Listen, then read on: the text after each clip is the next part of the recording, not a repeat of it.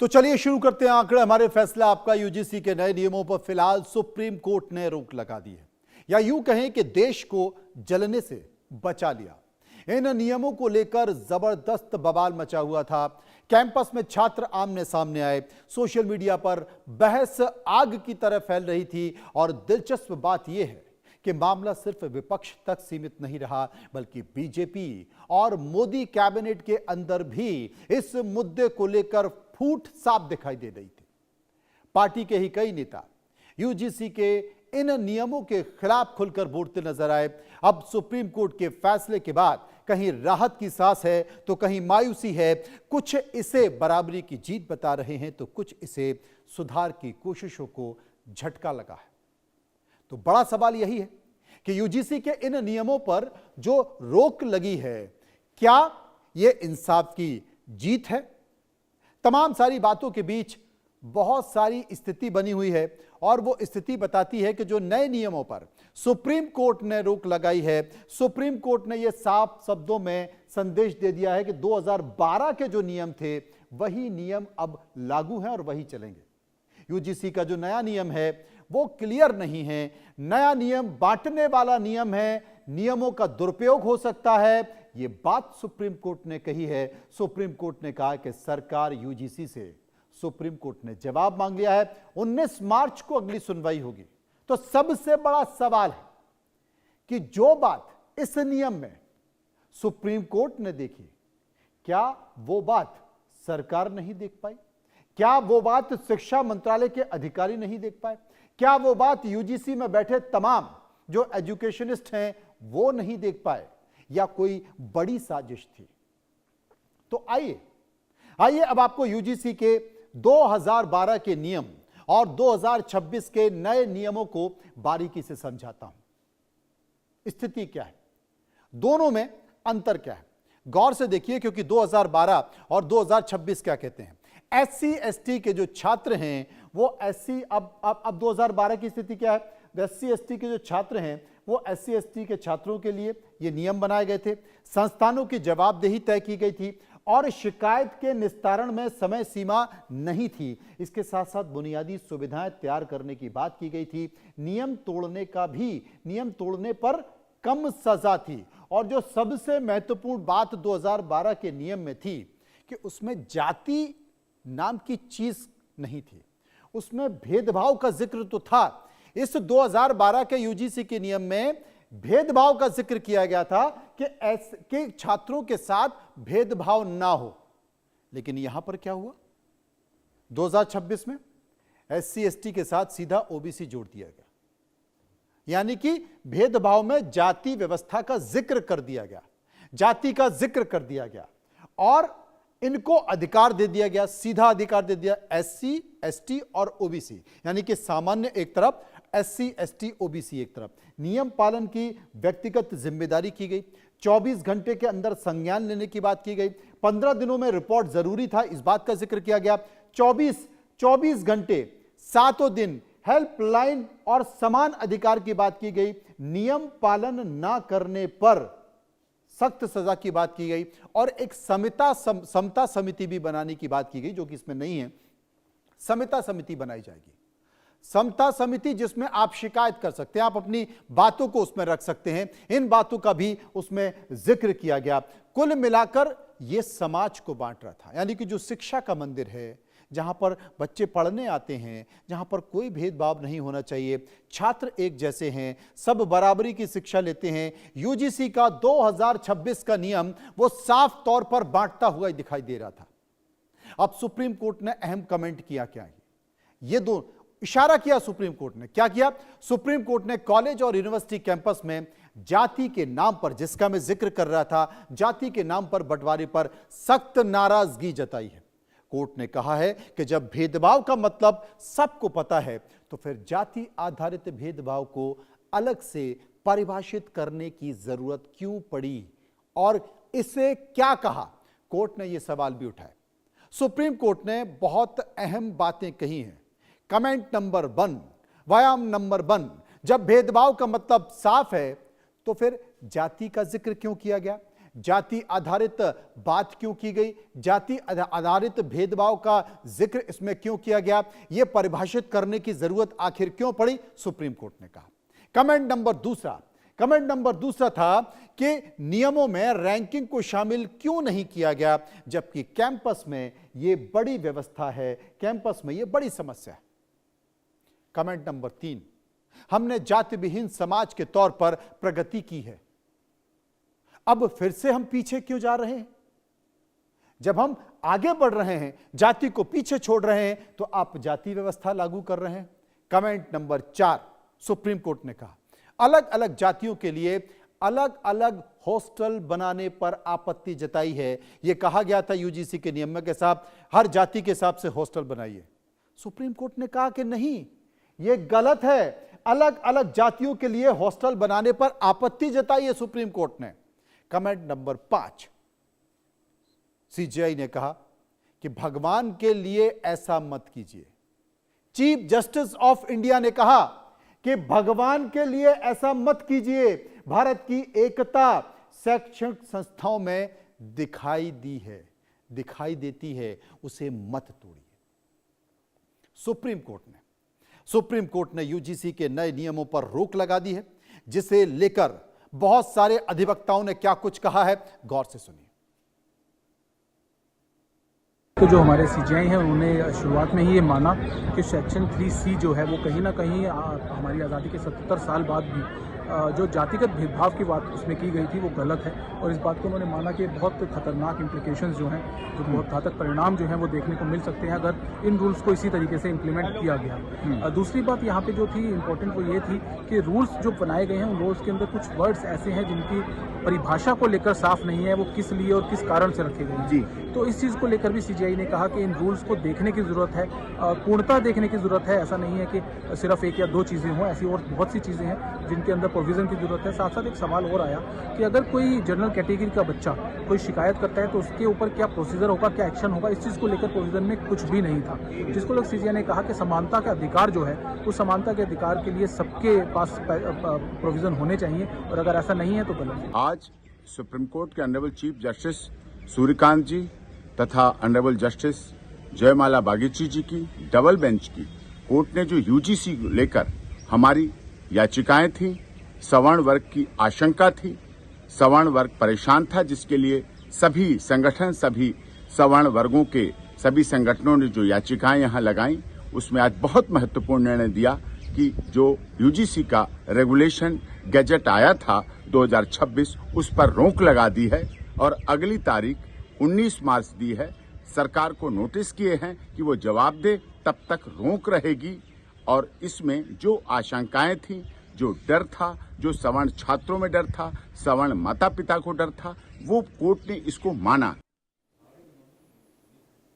अब विपक्ष इस मुद्दे पर तमाम तरह के सवाल उठा रहा था, विपक्ष ही इसे मुद्दा बना रहा था, लेकिन बीजेपी में के अंदर भी इस मसले को लेकर फूट थी। यूजीसी के नए नियमों को लेकर सियासत खूब गरमाई। मुद्दा सिर्फ शिक्षा तक ही नहीं रह गया, बल्कि बीजेपी के अंदर भी मतभेद दिखाई दे। बीजेपी के कई बड़े और छोटे नेता कार्यकर्ताओं ने इस पर इस्तीफा दिया और खुलकर बयान भी दिया। पूर्व सांसद ब्रजभूषण सिंह, उन्होंने भी इस पर आपत्ति बताई। क्या कहा? उन्होंने कहा कि यूजीसी के नए नियम सनातन परंपरा के खिलाफ हैं। भारतीय जनता पार्टी के एक और नेता कलराज मिश्र उनका नाम है, वो कई महत्वपूर्ण पदों पर रहे, केंद्र में मंत्री रहे हैं, राज्यपाल रहे हैं। वो कहते हैं कि नियम संवैधानिक नहीं है और जाति आधारित भेदभाव के खिलाफ स्पष्ट नहीं है। कई और लोग, करण भूषण सिंह, सांसद बीजेपी, यूजीसी नियमों पर पुनर्विचार होना चाहिए, इस बात का जिक्र कर रहे थे। बीजेपी के विधायक अभिजीत सिंह सांघा, वो कह रहे थे कि कानून की सरकार समीक्षा करे और सबकी सुरक्षा सुनिश्चित करे। डॉक्टर संजय सिंह, नेता बीजेपी, शिक्षण संस्थानों में चिंता है, आशंका का माहौल बन रहा है। मनन कुमार मिश्रा, सांसद बीजेपी, राज्यसभा, वो कह रहे हैं कि नए रेगुलेशन में शैक्षणिक संस्थान विवादों का अड्डा बन जाएंगे, झूठी शिकायतें होंगी, कौन जिम्मेदार होगा? भारतीय जनता पार्टी के नेता ही। और तो और जो केंद्र की सरकार है, केंद्र की सरकार के बहुत सारे नेता जो खुलकर विरोध नहीं कर पा रहे थे, सुप्रीम कोर्ट का फैसला आते ही तुरंत बोले कि साहब ये तो सनातन की जीत है। यकीन नहीं होता ना? गिरिराज सिंह को सुनिए।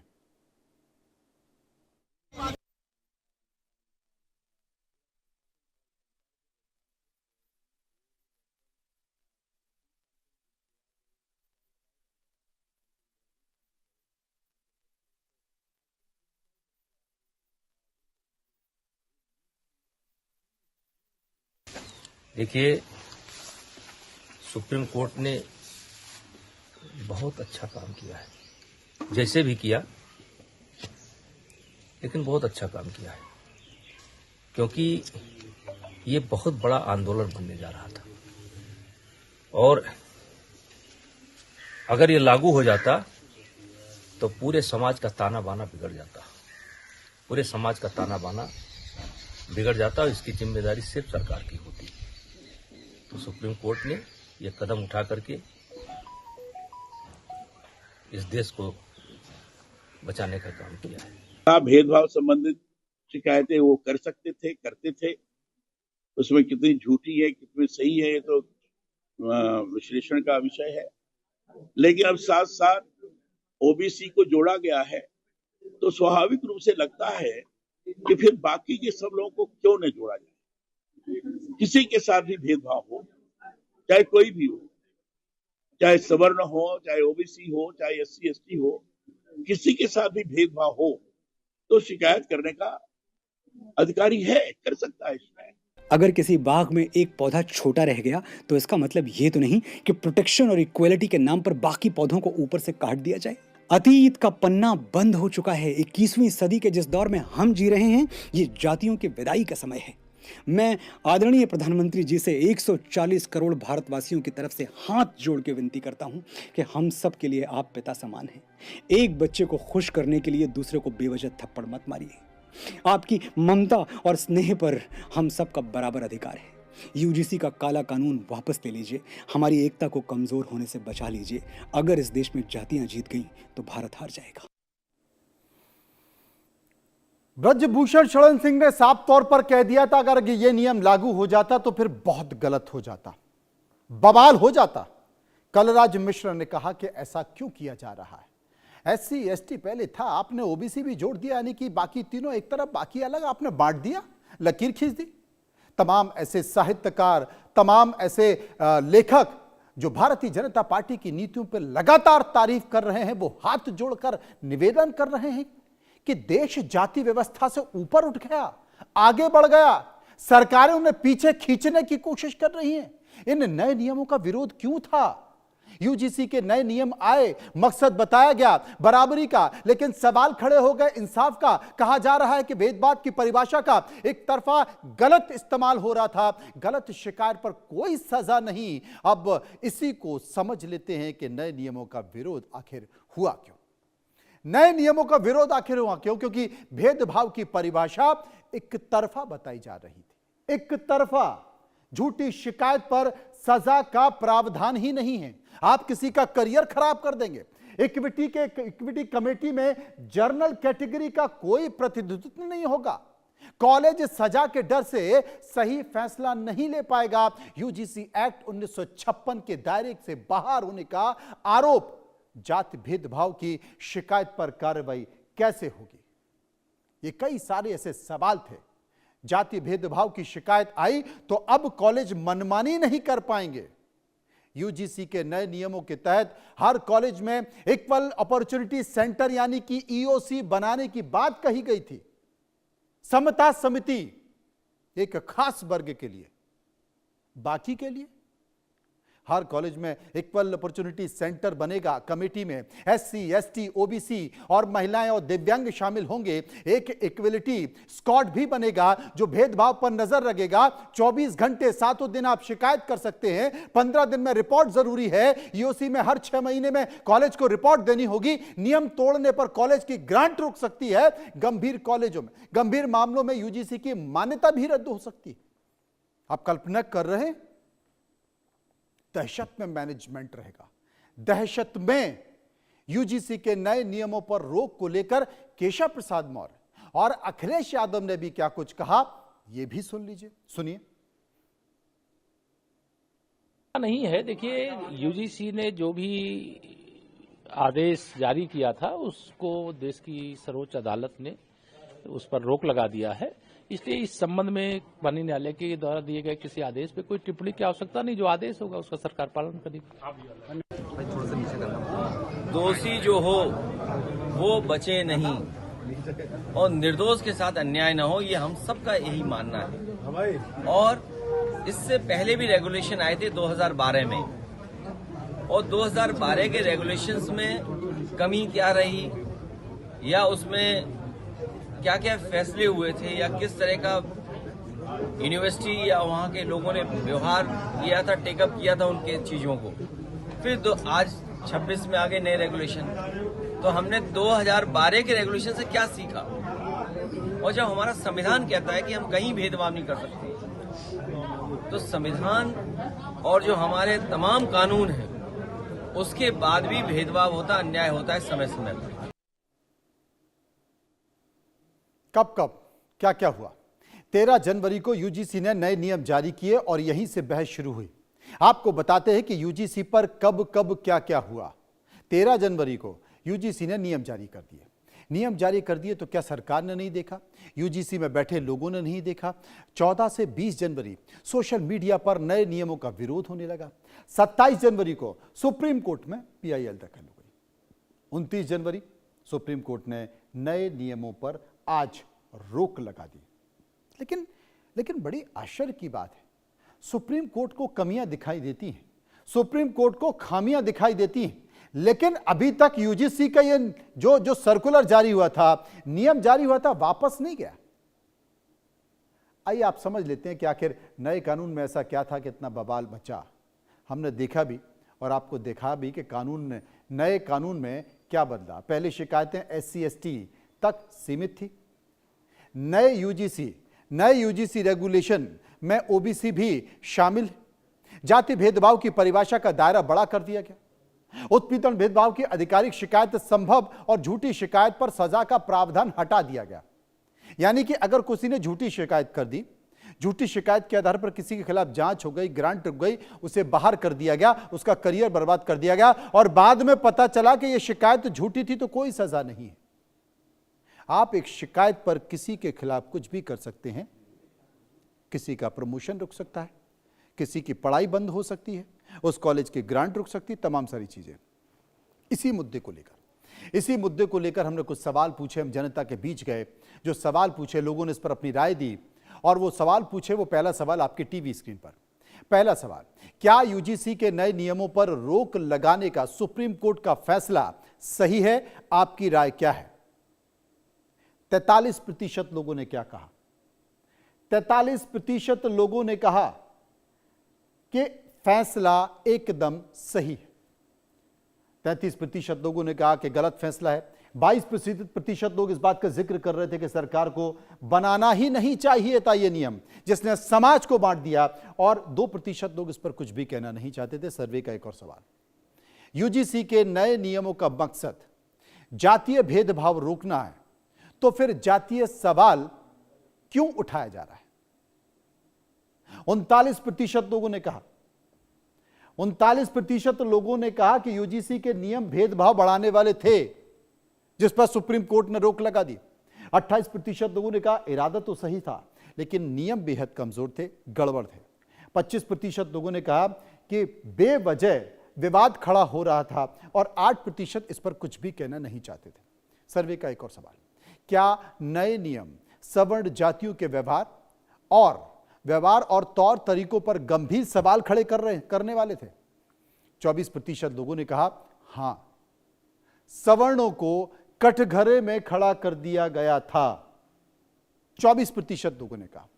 20% लोगों ने कहा नहीं, नियम तो जरूरी है, और 36% लोगों ने कहा दोनों पक्षों की चिंताएं जायज हैं, और जो 20% लोग थे वो कह रहे थे इस मसले पर राजनीति हो रही है। एक और सवाल, यूजीसी के नए नियमों पर एक्सपर्ट कमेटी बननी चाहिए या फिर यह नियम रद्द होना चाहिए? 34% लोगों ने कहा कि यूजीसी के नए नियम पर एक्सपर्ट कमेटी बननी चाहिए, क्योंकि इस बात का जिक्र सुप्रीम कोर्ट ने भी अपने फैसले में कहा है। और 15% लोगों ने कहा कि मौजूदा जो नियम है, मौजूदा नियम लागू रहने चाहिए। ये 15% लोगों ने कहा। नियम पूरी तरह से रद्द हो जाने चाहिए, ये 40% लोगों ने कहा। और 11% लोगों ने कहा कि 2012 के नियम ही बेहतर थे। विस्तार से चर्चा करेंगे, समझने की कोशिश करेंगे। प्रोफेसर पवन सिन्हा, जो कि आध्यात्मिक गुरु हैं, मेरे साथ मौजूद हैं। सूर्या मैथिल, जो कि राजनीतिक विश्लेषक हैं, भारतीय जनता पार्टी का पक्ष भी रखेंगे। सुकुमार पटजोशी, जो कि सुप्रीम कोर्ट के वकील हैं, मेरे साथ मौजूद हैं। और अशोक भारती, दलित चिंतक हैं, वो मेरे साथ मौजूद हैं। समझने की कोशिश करूंगा। अशोक भारती मेरे साथ मौजूद हैं। अशोक जी, क्या कहेंगे सुप्रीम कोर्ट के इस रोक पर? देखिए, सुप्रीम कोर्ट को तो ये जो आग जल रही है उसको बुझाना ही था।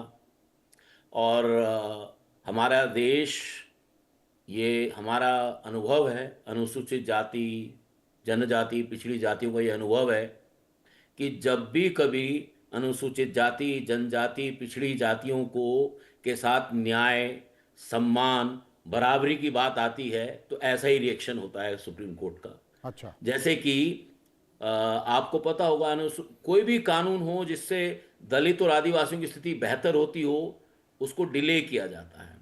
लेकिन मैं समझता हूं क्योंकि बहुत सारे लोग एग्रीव्ड थे, अगर सुप्रीम कोर्ट ने इसको स्टे कर दिया तो अभी मामला फौरी तौर पर हो गया। लेकिन ये तो सदियों की लड़ाई है, दलित, आदिवासी और पिछड़ी जाति। और ये दलित मतलब कि अगड़े बनाम पिछड़े की तो सदियों की लड़ाई है। राम साहब, भगवान राम के ज़माने में भी थी, महाभारत के ज़माने में भी थी, और मोदी जी के भी ज़माने में है।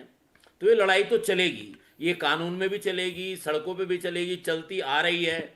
लेकिन बस मैं इतना बताना चाहता हूँ, इतना ज़रूर कहना चाहता हूँ कि 15% लोग एग्रीव्ड हुए क्योंकि यूनिवर्सिटी कॉलेज पे उनका कब्जा है।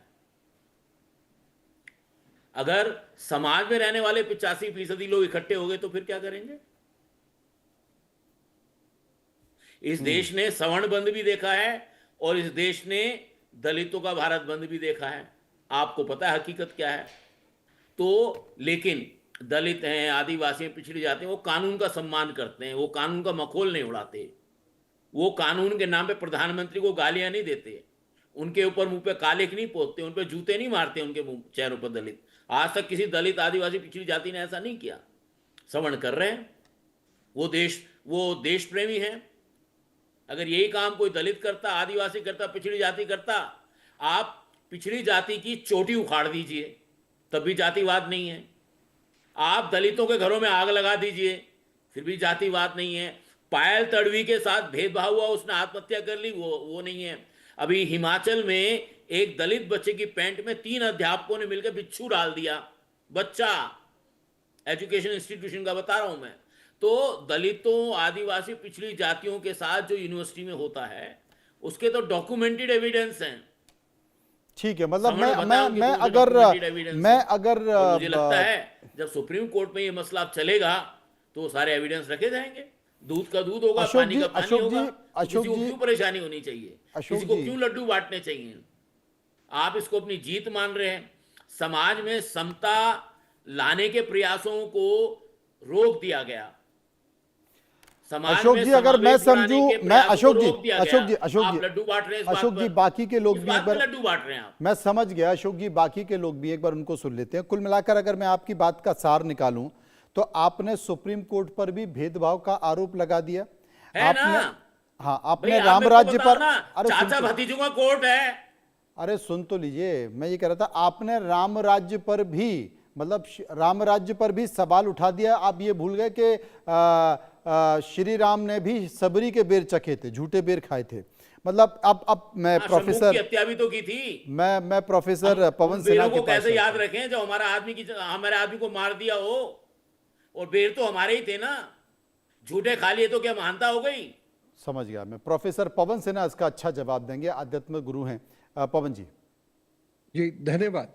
मैं यहाँ पर ये एक चीज कहना चाहता हूँ कि 2012 में कानून आया और इसके बाद भी मोदी सरकार ने भी कुछ और कानूनों को सख्त किया, जिसमें विमेन के लिए कानून है, दिव्यांगों के लिए कानून है, और उन कानूनों का यूनिवर्सिटीज में कठोरता से पालन हो रहा है, ऐसा नहीं है कि पालन नहीं हो रहा। और ये मैं इसलिए भी कह सकता हूँ क्योंकि मैं सौभाग्य से एक अध्यापक हूँ और बाकी विश्वविद्यालयों में, कॉलेजेस में आना जाना होता है, बच्चों से बातचीत अक्सर होती रहती है, तो उनका पालन हो रहा था। लेकिन ये जो सडन चेंज आया, इससे नुकसान ज्यादा बढ़ जाता। इससे जातियों के बीच में, जहां बहुत सारे लोग, जिसमें मैं भी एक हूं, प्रयास कर रहे हैं लगातार कि जाति व्यवस्था का समूल नाश हो जाए, जातीय व्यवस्था समाप्त हो जाए। लेकिन आप देखिए पॉलिटिकल पार्टीज जो है जातियों के आधार पर क्या आज भी वोट नहीं डिस्ट्रीब्यूट करते, ये टिकट्स डिस्ट्रीब्यूट नहीं करते हैं। तो इस व्यवस्था को समाप्त करने के लिए बहुत सारे लोग बहुत कमिटेड होकर चल रहे थे कि अचानक ये एक व्यवस्था चली आई और इस व्यवस्था से एनिमोसिटी बहुत बढ़ जाती। और ये कहना गलत है कि बाकी 15% लोगों में बढ़ती, वहां 85% लोगों में भी आपस में समस्या बढ़ जाती, क्योंकि अनेक बार दलित लोगों ने या हमारे दलित चिंतकों ने ये कई बार इस बात को कहा है कि ओबीसी के लोग उन्हें प्रताड़ित करते हैं। कई बार ऐसे केसेस सामने आए, तो यहाँ पर सबको प्रताड़ित कर रहे हैं। ऐसे में हमें एक ऐसी व्यवस्था लानी होगी, ऐसी व्यवस्था को स्थापित करना होगा कि किसी भी रूप में कोई किसी को प्रताड़ित ना करे। और ये सरकार की जिम्मेदारी है। सरकार ने क्या किया, आर्टिकल 14 को इग्नोर कर दिया, 2012 को इग्नोर करके वो सीधे 15% लोगों पर इसका ओनस लिया है। क्या 15% से पे ओनस रखने से वो चीज़ें ठीक हो जाएंगी? माननीय सुप्रीम कोर्ट ने जो डिसीजन दिया है, वो डिसीजन मेरे हिसाब से बहुत अच्छा डिसीजन है। एक जो गैप आ सकता था बच्चों के बीच में, क्योंकि अध्यापक अपने बच्चों के लिए सोचता है, बच्चों के बीच में जो गैप आ सकता था वो गैप को रोक दिया गया। मैं ये भी कहना चाहता हूँ, मेरा ये कंसर्न भी है कि जब सरकार ऑलरेडी बहुत सारे महत्वपूर्ण कार्य कर रहे हैं, विदेश नीति में बहुत अच्छा काम कर रहे हैं, घरेलू नीतियों में अच्छा कार्य कर रहे हैं, इंफ्रास्ट्रक्चर पे बहुत अच्छा कार्य कर रहे हैं, तो इस प्रकार के नियमों से तो बचा जा सकता था, आसानी से बचा जा सकता था। और ये नियम हमारे पास ऑलरेडी थे। ये थे जी। ये मेरे विचार से माननीय सुप्रीम कोर्ट ने जो किया वो अच्छा है। और 19 मार्च को इसके बारे में और क्या होगा ये मैं प्रेडिक्ट नहीं कर सकता, लेकिन जो होगा मैं ये मान के चलता हूँ कि सरकार भी सोचेगी और माननीय सुप्रीम कोर्ट भी सोचेगी और अल्टीमेटली समाज के हित की बात होगी। समाज के हित की बात होगी। सूर्य मैथिल मेरे साथ मौजूद है। सूर्य, क्या कहेंगे आप? धन्यवाद। पहले तो आपको पूरे देश को भारत माता की जय। एक बार इको हो रही है, जरा प्लीज ठीक करवाइएगा। जी, आप जब तक बोल रहे हैं उसको निकाल दीजिए। जी, और अभी मैं भारती साहब को सुन रहा था और उन्होंने इस प्रकार से ये सब प्रसारित किया जैसे कि ये जो बिल था ये अगड़ा बनाम पिछड़ा की लड़ाई का एक परिणाम है। लेकिन मुझे ऐसा लगता है कि बहुत पढ़े लिखे इंसान है, यहां बैठकर इस मुद्दे पर राजनीतिक रोटियां नहीं सेकनी चाहिए और सच जो है सबके सामने होना चाहिए। इस मुद्दे में केवल 2 पॉइंट्स के ऊपर नाराजगी थी सामान्य वर्ग की, और वो ये थी, पहला, यदि मिस्टर भारती मेरे खिलाफ कोई झूठी कंप्लेंट करते हैं तो क्या उनकी ये झूठी कंप्लेंट जब पकड़ में आएगी तो उसके बाद उन पे कोई कार्रवाई होगी? इस बिल में उस कार्रवाई के क्लॉज को हटाया हुआ था, और अगर नहीं हटा रखा तो कृपया करके मिस्टर भारती मुझे बता दे कौन सा क्लॉज है। दूसरी चीज, वो क्लॉज आप मेरे को बता दीजिए, कौन सा क्लॉज हटाया वो बता दीजिए आप मेरे को। सर आप पढ़े लिखे आदमी है, पढ़ लिख लीजिए। मुझे मेरी पढ़ाई लिखाई में मत जाइए, आप वो क्लॉज बता दीजिए जो क्लॉज हटाया गया है। सर बीच में मत बोलिए, आपके बीच में नहीं बोला, कर दीजिए आप बखलाइए मत, क्लॉज हटाया गया है। आप बखलाइए मत, बीच में नहीं बोला मैं आपके, यहाँ आरक्षण नहीं मिलेगा आपको बोलने में प्लीज।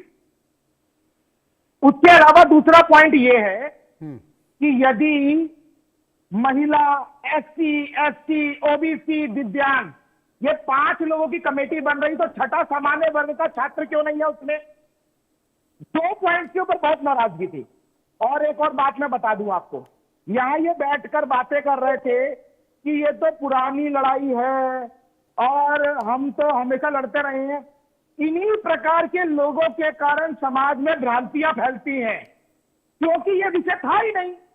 इसके अंदर ओबीसी को ऐड किया गया ताकि डिस्क्रिमिनेशन का कोई भी पॉइंट ना रह जाए, लेकिन इसमें एक बहुत बड़ी भूल ये हुई कि जो सामान्य वर्ग का छात्र है उसको आपने प्रीफिक्स रूप से आपने ये मान लिया कि वो आरोपी है और केवल वही एट्रोसिटी कर सकता है। तिलक तराजू और तलवार इनको मारो जूते चार, क्या ये एट्रोसिटी नहीं है? यदि कोई मेरी शिखा को पकड़ के खींच देगा तो क्या वो एट्रोसिटी नहीं है? कोई मेरा टीका लगाने में मुझे बदतमीजी करेगा, वो एट्रोसिटी नहीं है? क्या मैं जनेऊ पहनता हूं, जनेऊ को तोड़ देगा, वो एट्रोसिटी नहीं है? तो सामान्य वर्ग का छात्र यदि ये सब कहेगा और पलट के कुछ बोल देगा तो इसी प्रकार के भारतीय जैसे लोग उसको फंसा देंगे कि हाँ भैया ये तो एट्रोसिटी कर रहा है। एक और चीज, विष्णु तिवारी का केस में आपको याद दिलाना चाहता हूं। विष्णु तिवारी, ललितपुर जिला, उत्तर प्रदेश, 2000 के अंदर भारतीय जी की कम्युनिटी के लोगों ने SC ST एक्ट में झूठे में फंसाया। कोर्ट ने उनको 2020 में माना कि वो बिल्कुल निर्दोष है और इस 20 साल में उनके जीवन का 360 डिग्री चेंज हुआ। माता पिता मर गए, भाई मर गए, मकान बिक गया उनको निकालने में, और जब कोर्ट ने उनको नॉन गिल्टी माना, बरी किया बाइज्जत, कोर्ट ने पूछा कि आप हम क्या कर सकते हैं आपके लिए, तो उन्होंने सिर्फ इतना कहा बहुत विनम्रता से कि साहब मुझे 20 साल मेरे वापस कर दो, मेरे माँ बाप मुझे वापस कर दो। मतलब जिन्होंने SC ST के झूठा लगाया उनसे कुछ नहीं हुआ। बड़ी लंबी फहरिस्त है, बहुत लंबी फहरिस्त है। मुझे लगता है कि तमाम तरह की बातें हैं। मैं सुकुमार पट जोशी भी मेरे साथ मौजूद हैं, उनके पास चलूंगा। सुकुमार जी, आपने अशोक जी को सुना, आपने सूर्या मैथिल साहब को सुना, दोनों की अपनी अपनी बातें हैं, लेकिन इन सब के बीच UGC का ये नियम है, सुप्रीम कोर्ट ने जो देख लिया वो सरकार अभी तक नहीं देख पाई। सुप्रीम कोर्ट ने जो देख लिया वो शिक्षा मंत्रालय के मंत्री नहीं देख पाए। UGC ने, सुप्रीम कोर्ट ने जो देख लिया वो शिक्षा मंत्रालय का इतना लंबा चौड़ा अमला है वो अभी तक नहीं देख पाया। सुप्रीम कोर्ट ने जो देख लिया RSS की इतनी बड़ी विंग है वो अभी तक नहीं देख पाई। सुप्रीम कोर्ट ने जो देख लिया UGC के बैठे अधिकारी अभी तक नहीं देख पाए। सरकार ने उसे वापस नहीं लिया, सुप्रीम कोर्ट ने भले ही रोक लगा दी। नमस्कार जी, बहुत बहुत धन्यवाद, और आप सबसे बहुत ज्ञान प्राप्त हुआ। एक्चुअली सबका बहुत मेरे हिसाब से एनालिसिस बहुत अच्छा है जी। मैं केवल कानूनी तौर से ही बात करूंगा जी। और मैं एक सीनियर एडवोकेट हूं इसके हिसाब से। जी प्लीज। आज जो कोर्ट में हुआ, मैं प्रेजेंट था कोर्ट में जी।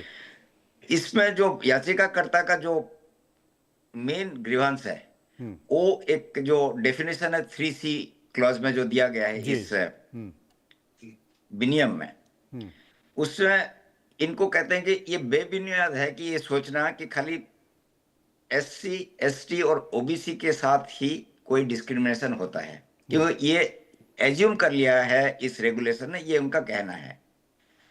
कोर्ट ने भी देखा कि प्राइमा फेसी ये अनफाउंडेड प्रिजम्पशन ये भी एक है, और प्राइमा फेसी देखा कि कई सारे एम्बिग्विटीज है इसमें। जैसे कि उन्होंने 5 उसमें बड़ा महत्वपूर्ण प्रश्न क्रिएट किया है, जिसको कि वो सोचते हैं कि इसका आंसर करने के लिए हमें एग्जामिनेशन करना पड़ेगा डिटेल में। वो इस तरह से उन्होंने किया कि पहला तो है कि एक पॉसिबिलिटी है इसका मिसयूज होने का बिकॉज ऑफ द एम्बिग्विटीज।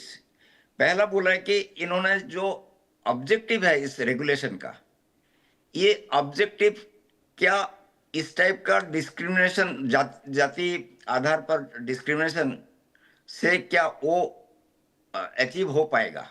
एक तो क्वेश्चन ये टेस्ट करना चाहते हैं। दूसरा है कि ये जो कास्ट बेस्ड डिस्क्रिमिनेशन 3C में बताया गया है, इसका करने के लिए कोई स्पेशल प्रोसीजर मैकेनिज्म कुछ है नहीं एक्ट में, तो ये एम्बिग्विटी उन्होंने माना कि जो कि चेक करना पड़ेगा। क्योंकि बोल तो दिया कि ये डिस्क्रिमिनेशन, लेकिन ये डिस्क्रिमिनेशन के लिए क्या किया जाएगा उसका मैकेनिज्म कोई है नहीं करके जो कोर्ट का प्राइमा फेसी व्यू है। दूसरा जो कोर्ट ने और एक चीज जो देखा कि जो पिछड़े से पिछड़े वर्ग, जो मोस्ट बैकवर्ड क्लासेस है, उनके प्रति ये कोई गलत तो नहीं होगा, डिस्क्रिमिनेटेड तो नहीं होगा, and it will be violative of जो सुप्रीम कोर्ट ने कहा है कि मोस्ट बैकवर्ड क्लासेस का उन्होंने जिक्र किया है दूसरे जजमेंट्स में, तो इसका तो कोई इसमें अवमानना नहीं होगा, वायलेट नहीं होगा। ये भी चेक करेंगे, ये भी एक क्वेश्चन उठा है क्योंकि ये कॉन्स्टिट्यूशनली टेस्ट करने के लिए किसी भी रेगुलेशन, कोई भी लॉ पास होता है, जुडिशियल रिव्यू का एक प्रावधान है, और ये सारे प्राइमा फेसी व्यू है। ये कोई नहीं कि जैसे आप लोग कह रहे हैं कि कोर्ट ने रोक लगा दिया तो कानून बेकार हो गया, ऐसे नहीं है। ये जांच होना है, और ये देखिए ये कानून किस लिए बना है, हमारे बच्चों के भविष्य के लिए, तो उनको कैसे हम अच्छा लाइफ दे सकते हैं, डिस्क्रिमिनेशन ना हो। और एक चीज जो कोर्ट ने कहा है कि पहले प्रावधान में था रैगिंग के लिए, और रैगिंग इसमें ओमिट किया गया है। कोर्ट ये कहता है कि वो किस लिए हुआ, वो भी जांच करना चाहता है कोर्ट, क्योंकि रैगिंग तो किसी के साथ हो सकता है, किसी भी कास्ट के साथ हो सकता है। और एक बहुत ही महत्वपूर्ण चीज लिया है जो कि 7D क्लॉज में है कि हॉस्टल्स अलग अलग होगा, सेग्रीगेटेड होगा, हॉस्टल होगा, मेंटरशिप अलग होगा, क्लासरूम अलग होगा। तो ये क्या क्रिएट करेगा, will it create a great divide.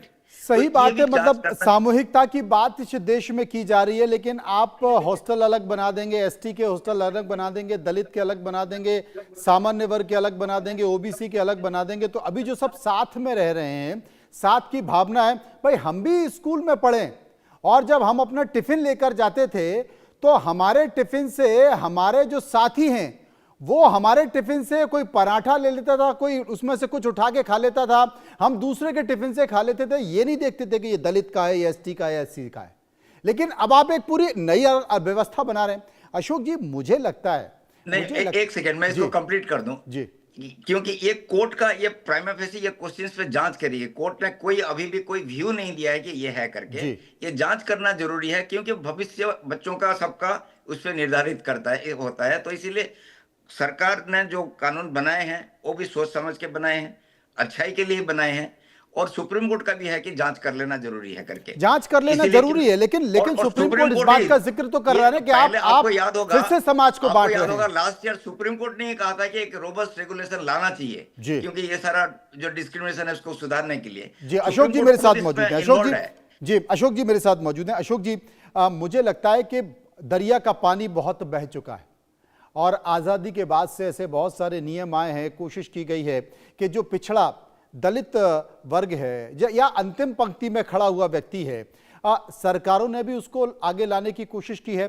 समाज से भी जितना संभव हो सकता है समाज ने भी उस पर साथ किया है। कुछ लोग जो इस विद्वेष के कारण इस तरह की घटना करते हैं, लेकिन तो ये कहा ना कि समर्थ को नहीं दोष गवाएं। जहां पर दलित समर्थ है वहां पर सामान्य वर्ग का शोषण हो रहा है, जहां सामान्य वर्ग समर्थ है वहां दलित और आदिवासी वर्ग का शोषण हो रहा है। यह समर्थ की स्थिति है, यह जाति व्यवस्था पर आधारित चीजें नहीं है।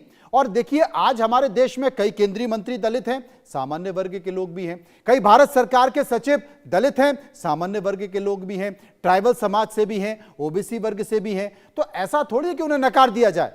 अरे भाई हैं तो वो हैं, सबको सामूहिकता में चलना है। तो कुल मिलाकर हमको इस रूप में देखेंगे तो ज्यादा बेहतर होगा, एक अच्छे समाज का निर्माण कर पाएंगे। लेकिन अगर आप ये कह देंगे कि नहीं साहब, जब भी दलित की बात आती है, एससी एसटी की बात आती है, तो हम हमेशा देखते हैं कि सुप्रीम कोर्ट भेदभाव करता है। अब इसका तो कोई जवाब नहीं। अशोक जी बोलूं मैं? जी देखिए, जो आप कह रहे हैं कि समर्थ का नहीं दोष गुसाई, मैं आपके जो है ना, ये जो आपने पूरा जो अपनी अवधारणा रखी है, मैं उसके साथ विनम्रता से असहमत हूं। ठीक है, हाँ हो सकते, कोई बात और असहमत क्यों हूं उसके कारण है। इस देश में एनसीआरबी गवर्नमेंट ऑफ इंडिया का रिपोर्ट हर साल एक रिपोर्ट निकालती है। उसमें 60,000 के करीब एट्रोसिटी की वो घटनाएं हैं जो रजिस्टर होती हैं। और ये घटनाएं कैसे रजिस्टर होती हैं? जब तक दलित आदिवासी सड़कों पे नहीं उतरता, रिपोर्ट तक नहीं लिखी जाती उनकी। ठीक है, तो ये वो घटनाएं हैं जब उनको लड़ झड़ कर के सरकार के पास पुलिस के पास जाकर रिपोर्ट लिखवानी पड़ती है। तो सवाल ये है कि हमें ये देश एक समतामूलक समावेशी समाज बनाना है, नहीं बनाना। अगर समतामूलक समाज बनाना है, समावेशी समाज बनाना है, सबका सम्मान होना है, सबको बराबर का स्थान मिलना चाहिए। मैं आर्थिक बराबरी की बात नहीं कर रहा हूं, क्योंकि आर्थिक बराबरी तो उनके प्रयासों का परिणाम होगी, और कोई दलित, कोई आदिवासी, कोई पिछड़ी जाति का आदमी आर्थिक बराबरी पे बात नहीं कर रहा है। हम ये बात कर रहे हैं कि लेकिन सामाजिक तौर पे तो हम बराबर हो सकते हैं। लेकिन आपको पता है शंकराचार्यों ने क्या कहा है? उसने तो शब्द तक इस्तेमाल कर लिए हैं, भद्राचार्य, राम भद्राचार्य जी ने। और आपको पता विमुक्त अभिमेक जो दूसरे शंकराचार्य प्रयागराज में बैठे थे, मेरे को तो नाम भी नहीं लिया जाता उनका, वो उन्होंने क्या कहा? एक राज्यसभा की सांसद हैं प्रियंका चतुर्वेदी, उन्होंने क्या, ये सारे के सारे ब्राह्मण ही क्यों हैं जो ऐसी बातें कर रहे हैं? अरे मैथिल साहब, बहुत गलत हो रहा है ये। सारे ब्राह्मण ऐसा क्यों कर रहे हैं? बताइए अशोक जी को। बताइए ना, मैं तो नाम गिना रहा हूं आपको। बताइए आप। शंकराचार्य, आपके जिनको आप शंकराचार्य मानते हैं, वो कह रहे हैं, शंकराचार्य कह रहे हैं शूद्र कौन होते हैं, वो धर्म का कैसे वो कर लेंगे? अशोक तो मैं ये कह रहा हूं कि हमें समझना है, अगर हमें समतामूलक समाज बनाना है तो शंकराचार्य केवल ब्राह्मण क्यों होना चाहिए? शूद्र क्यों नहीं हो सकता? दलित क्यों नहीं हो सकता? आदिवासी क्यों नहीं हो सकता?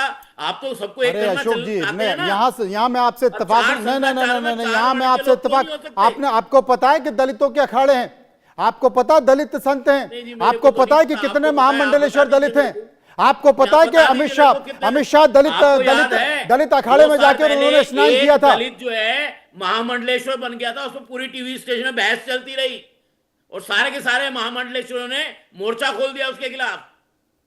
क्या बात कर रहे हैं? ना, मैं यहाँ पर इत्तेफाक नहीं, आपको पता ही नहीं है इसका मतलब कितने महामंडलेश्वर दलित हैं। आप मेरा ज्ञानवर्धन कर दीजिए, मैं सीखने को तैयार हूं हुजूर, मैं सीखने को तैयार हूं, ज्ञानवर्धन कीजिए। आपको पता है कि देश के गृह मंत्री अमित शाह किसके अखाड़े में जाकर स्नान करने गए थे? पता है आपको? मुझे नहीं पता, ना उन्होंने बताया ना मुझे पता। बताइए।